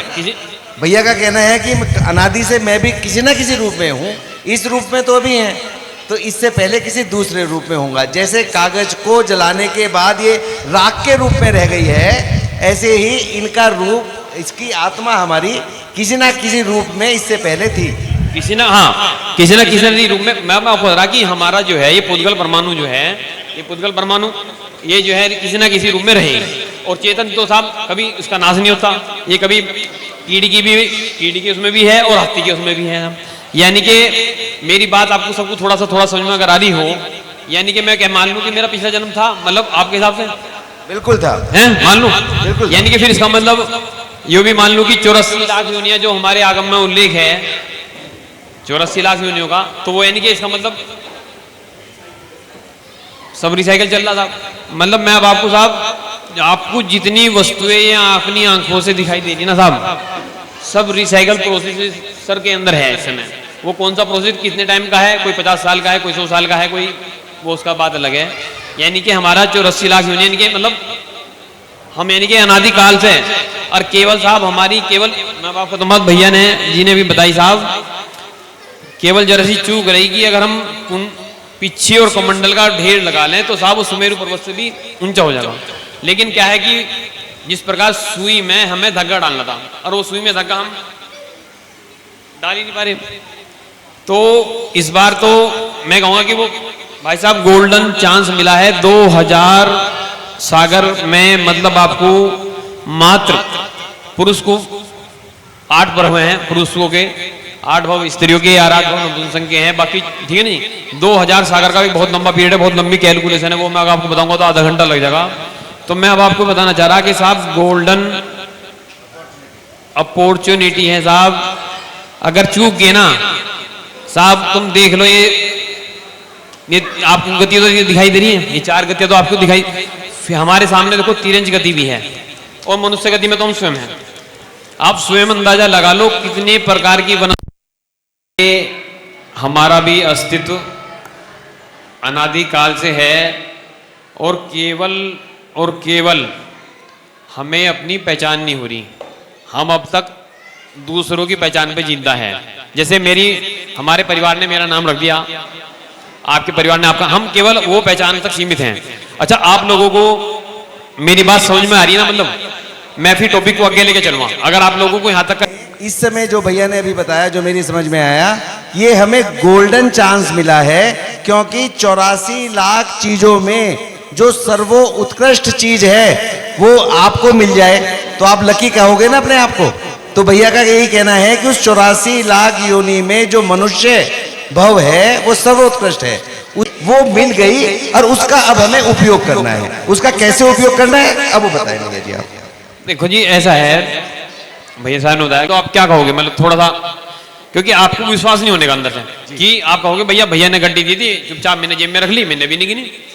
तो हमारी बिल्कुल, मैं आपको बताना चाह रहा, हम बिल्कुल वही काम कर रहे हैं।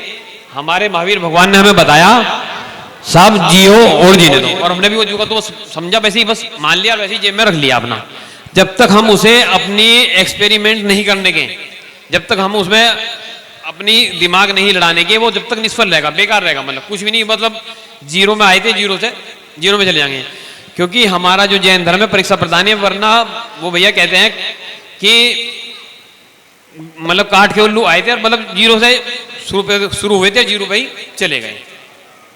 तो मैं अब आप लोगों को बताना चाह रहा कि भैया परीक्षा प्रधानी अगर आप नहीं बनने तो कुछ नहीं है, सब जीरो में चला जाएगा। मान लो अगर हमने सुना, अब भैया ने जैसे हमें सत्यव्रत के बारे में बताया, अगर यदि हमने आज जाके उसे वो नहीं करी तो भाई साहब ये सुबह तक डिलीट हो जाएगा, कुछ नहीं, फिर आप दोबारा नए उसमें लग गए, फिर दोबारा वो इसी यो क्रम हमारा आज से चल रहा था। हम भगवान आदिनाथ के समोसरण में भी गए, वहां से भी गए। अब जो हमें स्वर्णिम जो अवसर मिला है, अब हमें क्या करना है बच्चों को ये बताओ ना। बस सही से कहते हैं जी। अब मैं आपको बताता हूँ साहब, हम पुण्य और पाप, मैं आपको थोड़ा सा पुण्य और पाप के बारे में भी थोड़ा सा आपको बता दूं। लोग कह रहे हैं साहब क्या पुण्य क्या पाप, मैं आपको बस एक एग्जाम्पल में आपको सारी बात समझा दूंगा। आपने कभी आंखों से पुण्य पाप तो आपने देखा नहीं, लेकिन मैं अब आपको आंखों से महसूस कराऊंगा कि अब पुण्य और पाप भी हैं जी। पुण्य क्या चीज है? आपके घर पे कोई आया और आपने साहब नवदा भक्ति से उसे भोजन कराया, भोजन तो उसने करा, भोजन तो उसने करा, लेकिन भाई साहब आत्मा आपकी तरफ होगी। भोजन तो उन्होंने करा लेकिन आत्मा आपकी तरफ होगी। आप अंदर से इतना हल्कापन और इतना आपको अच्छा लगेगा, ये पुण्य है। और अब मैं अब आपको छोटे से पाप की एक परिभाषा दे दूं। अब मान लो ये भाई साहब खड़े, इनका जेब में मोबाइल है और मैं इनका मोबाइल चुरा लूं, तो हमारी आत्मा में कंपायमान, यानी कि जो हमारी आत्मा में कंपायमान होगा ये वो पाप है, जो हमारी आत्मा में कंपायमान होगा। अब हमें देखो जी, अब हमें क्या करना, अब हमारा चाहिए कि मुद्दे पे, अब भाई वहां से मतलब मैं आपसे बताता हूं कि हम मेरी भावना में हमारे जैन धर्म का पूरा सार है, लेकिन हम मेरी भावना बहुत हल्के में, बस बहुत हल्के में पड़े हैं। लेकिन हमारा जो लोक व्यवहार होना चाहिए, हमारा जो लोक व्यवहार होना चाहिए वो सारा उसके अंदर सब कुछ गर्भित है। देखो जी, अगर यदि हमने सज्जनता नहीं सीखी तो सब कुछ डिस्ट्रॉय है।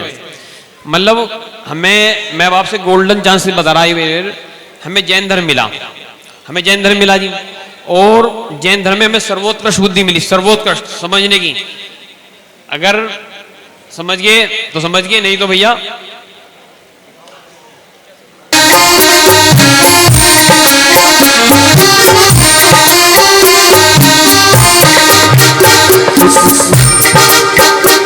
उस कोमल काया करे हल्दी का रंग चढ़ा, उस कोमल काया करे हल्दी का रंग चढ़ा, मेहंदी चिर लगी जल मंगल सूत्र चढ़ा, हर नाम नवरवानी यही बात ही चलती है। के चरण पड़े मेरे नाम वो भरती है, के चरण पड़े मेरे नाम वो भरती आँखों से झर झर अंतस में भाव भरे मन मंदिर में जिसकी चिरती उमड़ती है, जाने के चरण पड़े मेरे नाम वो भरती है, मेरे नाम वो भरती है। जब बोली गिरनार वाली नीनाथ भगवान की। जोरदार तालियां बिट्टू भाई के लिए, इतना सुंदर भजन। देखिए अब हमारे बीच हमारे छोटे भाई निपुण भैया, जिनका टेलर आप देख चुके हैं 2 दिन पहले। 84 लाख मंत्रों का जो सरदार है, जिनसे हिंदा जिन शासन का आधार है, हर एक जन को जिससे सच्चा प्यार है, हर एक जन को जिससे सच्चा प्यार है, नमोकार है, नमोकार है। 84 लाख मंत्रों का जो सरदार है, जिनसे हिंदा जिन शासन का आधार है,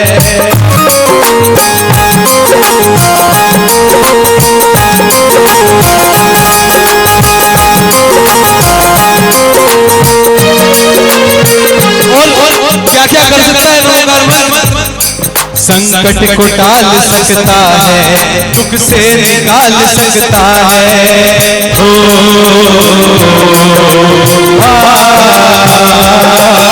संकट को टाल सकता है, दुख से निकाल सकता है, पापों में जो गिरे उसको संभाल सकता है, अनगिनत प्राणियों का ये तारनहार है, अनगिनत प्राणियों का ये तारनहार है, नमोकार है, नमोकार है। 84 लाख मंत्रों का जो सरदार है, उसपे हिंदा शासन का आधार है, और मंत्र नमोकार हमें प्राणों से प्यार, ये जिसको मंत्र नमोकार हमें प्राणों से प्यार, नमो हरिहंतान नमो सीतानंद नमो आर्यानंद नमो वचानंद नमो सबका मंत्र नमोकार हमें प्राणों से प्यारा, मंत्र नमोकार हमें प्राणों से प्यारा।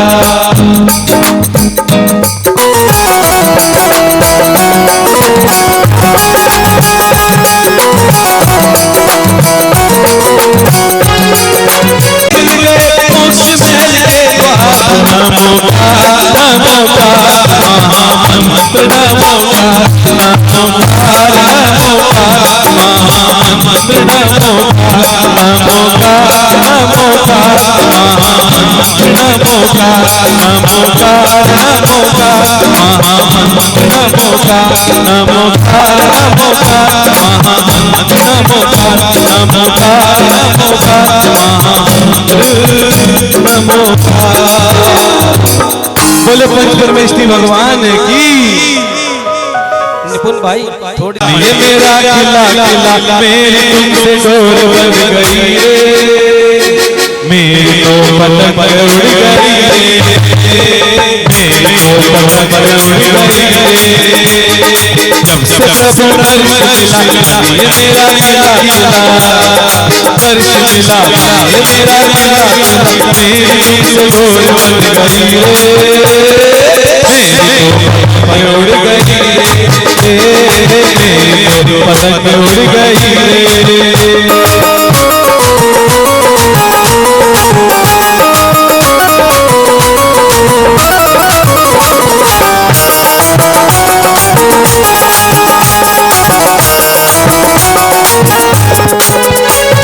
फासले मिटा दो हम तुम्हारे, फासले मिटा दो हम तुम्हारे। मन का पंछी बोल रहा, मन का पंछी बोल रहा, संग संग बोल रहा, मेरी तुमसे डोर बंध गई रे, मेरी तो पतंग उड़ गई रे, मेरी तो पतंग उड़ गई रे। जब से प्रभु अर्श मिला ये मेरा किला किला, अर्श मिला ये मेरा किला किला, मेरी तुमसे डोर बंध गई रे, मेरी तो पतंग उड़ गई रे, मेरी तो पतंग उड़ गई रे। तू लाला है विधाता, तू लाला है विधाता, चरणों में मेरा नाता, बिगड़ी मेरी बना दे बाबा बिगड़ी मेरी बना दे बाबा, तू लाला है बिगड़ी मेरी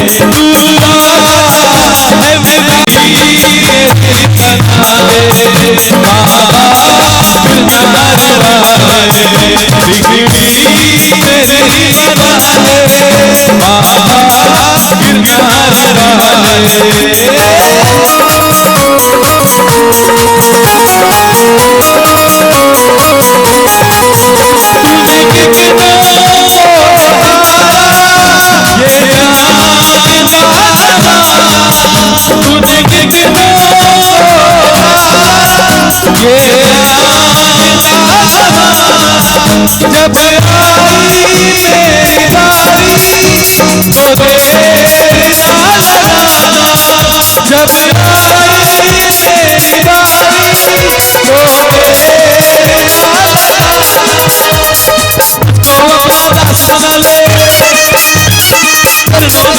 चरणों में अपने डाले, तो अपना सुन ले चरणों में अपने, मेरे रखवाले बिगड़ी मेरी बना दे बाबा, गिरधार वाले बिगड़ी मेरी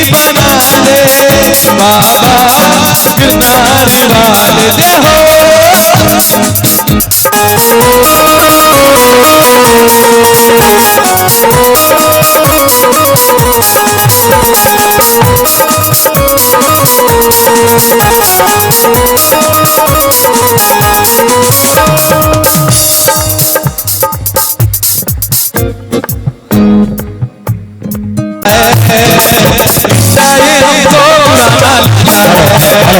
जय प्रेमी का दर्शन सुहाना लगता है, रिश्ता ये हमको पुराना लगता है। पल भर में बाबा बदलते थे धीरे, पल भर में बाबा बदलते थे धीरे, तू भी गई को नारा रहता है। प्रेमी का दर्शन सुहाना लगता है, रिश्ता ये हमको पुराना लगता है। प्रेमी का दर्शन सुहाना लगता है, रिश्ता ये हमको पुराना लगता है।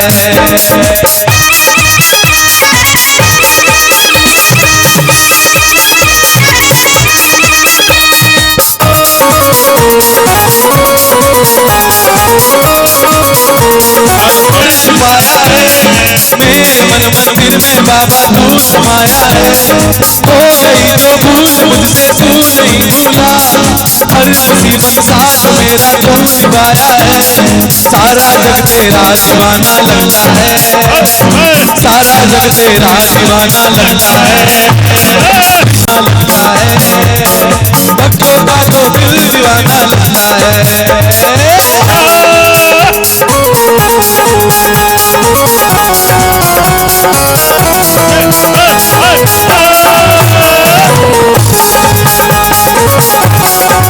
जीवन में देखो क्या शुभ दिन आया है, मेरे जीवन में देखो क्या शुभ दिन आया है, हरि क्षेत्र के पारस ने हरि क्षेत्र बुलाया है, हरि क्षेत्र के पारस ने हरि क्षेत्र बुलाया है, मेरे जीवन में देखो क्या शुभ दिन आया है, मेरे जीवन में देखो क्या शुभ दिन आया है, हरि क्षेत्र के पारस ने हरि क्षेत्र बुलाया है, हरि क्षेत्र के पारस ने हरि क्षेत्र बुलाया है।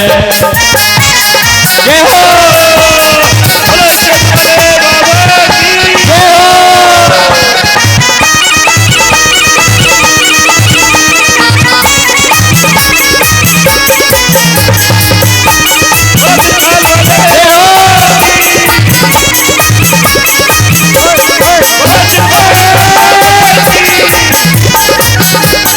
गौरीपुर में बदाज की नगरी में निर्जन में, की नगरी में निर्जन में विराट जी बाजे गौरीपुर में बधाई, बाजे गौरीपुर में बधाई, की नगरी में निर्जन में, की नगरी में निर्जन में विराट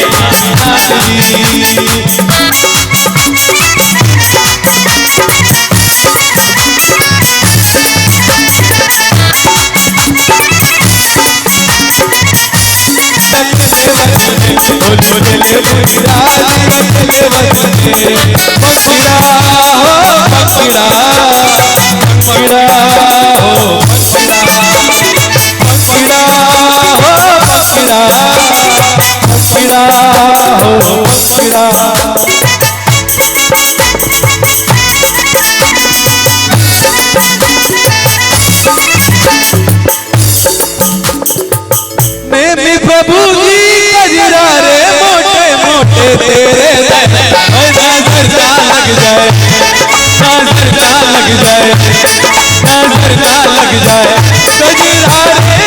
कजरा रे मोटे मोटे तेरे नजर ना लग जाए, नजर ना लग जाए।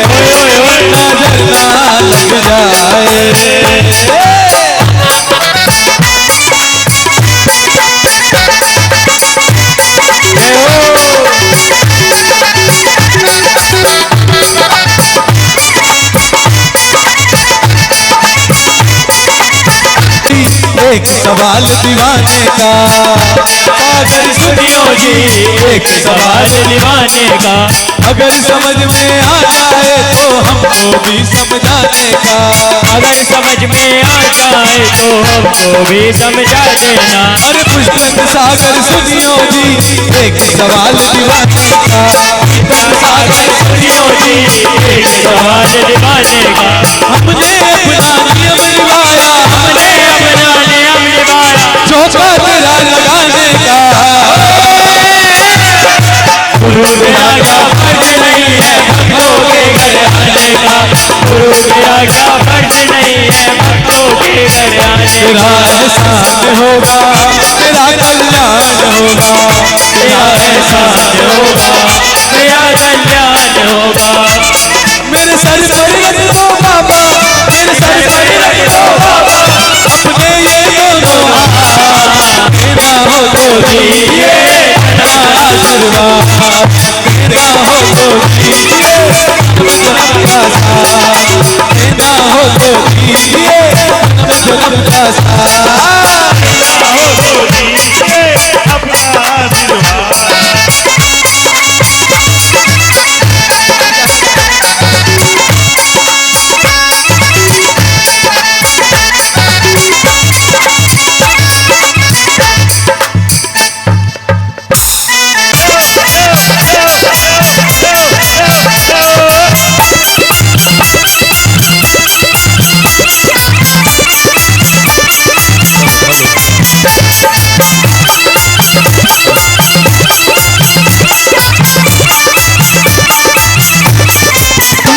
लेना जब सांस आखिरी हो।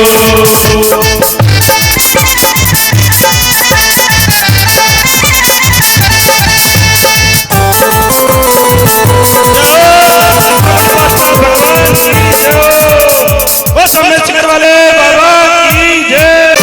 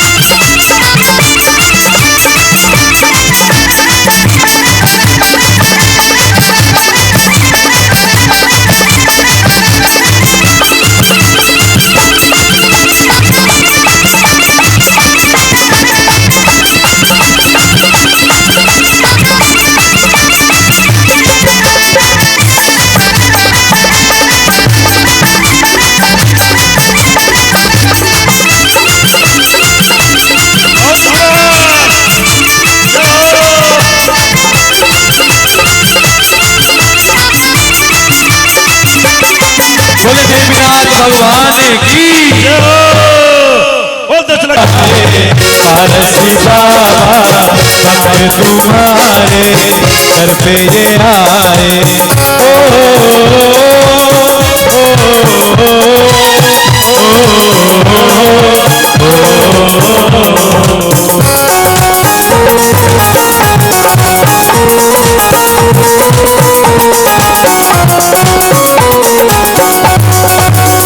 मेरे पारस देवा तेरे सब नाम लेवा मेरे पारस देवा तेरा सब नाम लेवा तुझे सब जानते हैं तेरा घर जानते हैं चले आते हैं दौड़े खुशकिस्मत है थोड़े हर राही की मंजिल हर कश्ती का साहिल जिसे सबने निकाला उसे तूने संभाला जिसे सबने निकाला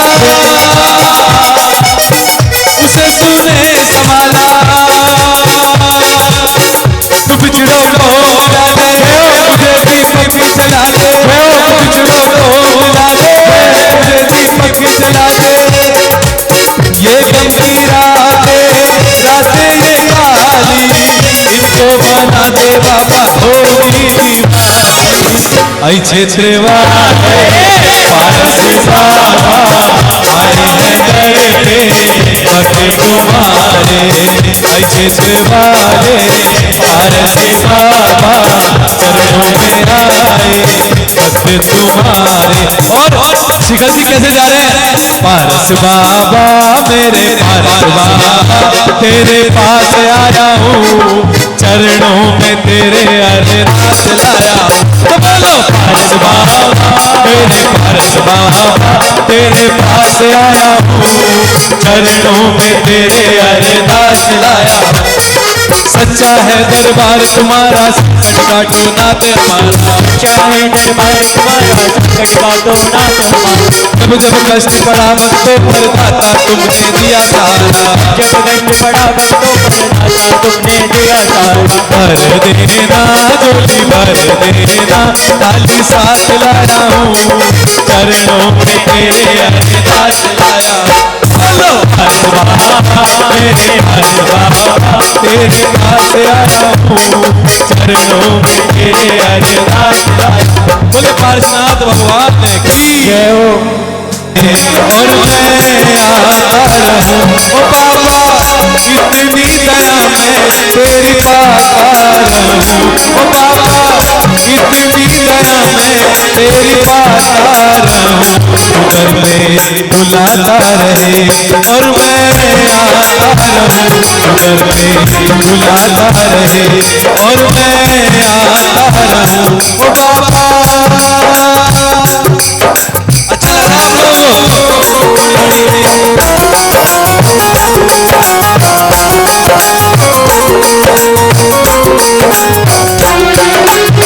तू दे रहा है मुझे दाना पानी, तेरा शुक्रिया है तेरी मेहरबानी। तू दे रहा है मुझे दाना पानी, तेरा शुक्रिया है तेरी मेहरबानी। ओ बाबा तेरा दिया ही मैं खाता रहूं ओ बाबा, तेरा दिया ही मैं खाता रहूं। शिखर जी बुलाता रहे ओ शिखर जी बुलाता रहे और मैं आता रहूं। शिखर पे बुलाता रहे और मैं आता रहूं ओ बाबा।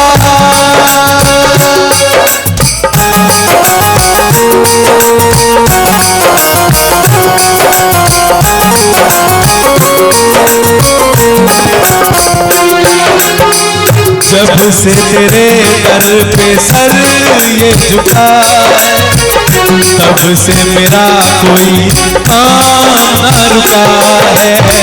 जब से तेरे दर पे सर ये झुका है, तब से मेरा कोई काम ना रुका है ओ बाबा। तेरे ही दर पे सर झुकाता रहूं ओ बाबा, तेरे ही दर पे सर झुकाता रहूं। वही चक्र बुलाता रहे और मैं आता रहूं। वही चक्र बुलाता रहे और मैं आता रहूं ओ बाबा। तेरी दया में टिक पाता रहूं। वही चक्र बुलाता रहे और मैं आता रहूं। वही चक्र बुलाता रहे और मैं आता रहूं। बोले पार्शनाथ भगवान की।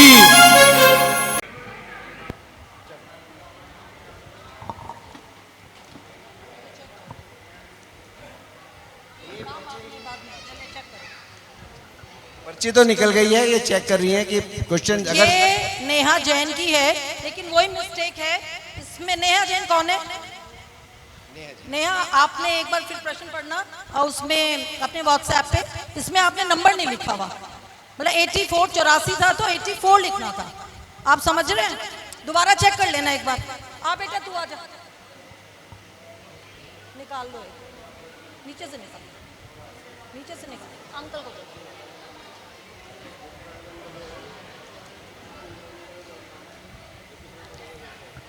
ये है बिना नाम की पर्ची, ये बिना नाम की है। इसमें भैया नाम ही नहीं है आगे पीछे। नहीं, ऐसा है बिना नाम की है, लेकिन इसमें भी वही मिस्टेक है, नंबर नहीं लिखा। नहीं नहीं लिखे हुए हैं, लोगों ने लिखे हुए। एक आप निकालो। 6 आवश्यक, 16 सपन, 52 गजा, मथुरा 84, 6 द्रव, 9 देवता, त्रिशला, अष्टमंगल, बताओ सब मैं पढ़ रही हूँ। ध्वज, छत्र, चंवर, दर्पण, धर्मध्वजा, स्वस्तिक, पंखा, झारी, कलश, अष्ट प्रतिहार, 3 छत्र, चंवर, महामंडल, सिंहासन, अशोक वृक्ष, दुंदुबी, दिव्य धनी, पुष्प, वृष्टि। तो ठीक है ये। तो सारिका जैन, जोरदार तालियां सारिका जी के लिए कृपया है। वहीं दे दो गिफ्ट, आप वहीं दे दो। मिस्टेक। देखो ये सिर्फ ऐसा नहीं है, क्वेश्चन ठीक से पढ़ने की बात है, यही ट्विस्ट है और कुछ नहीं। बोलो जी। ये ठीक है। सुधीर जैन, देवबंद वाले। सुधीर जी देवन वाले भैया हर बार रोज गिफ्ट ले जा रहे हैं। त्रिकाल चौबीसी, 10 लक्षण, ये सब ठीक है। 8 मंगल, इनका तो आंसर सही है। तो दूसरा गिफ्ट जाता है सुधीर भैया जी को। आइए सुधीर भैया, जोरदार तालियों से भैया। जिनेन्द्र जी आ जाओ। जिनेन्द्र जी जैन बड़ला वाले, तालियां। जिनेन्द्र जी बड़ला वाले, लाओ बच्चों को इन बहुत शुभकामनाएं। भगवान की छतर छाया बनी रहे हमेशा आप पर। जी भैया।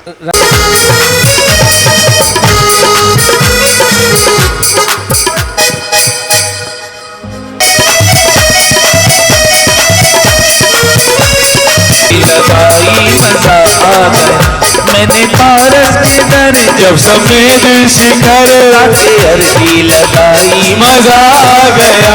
गलती से कल गई मंजिलें मिल गई, गलती से कल गई मंजिलें मिल गई, जिंदगी मुस्कुराई मजा आ गया मैंने पारस के दर जब सफेद शिखर जब अर्जी लगाई मजा आ गया।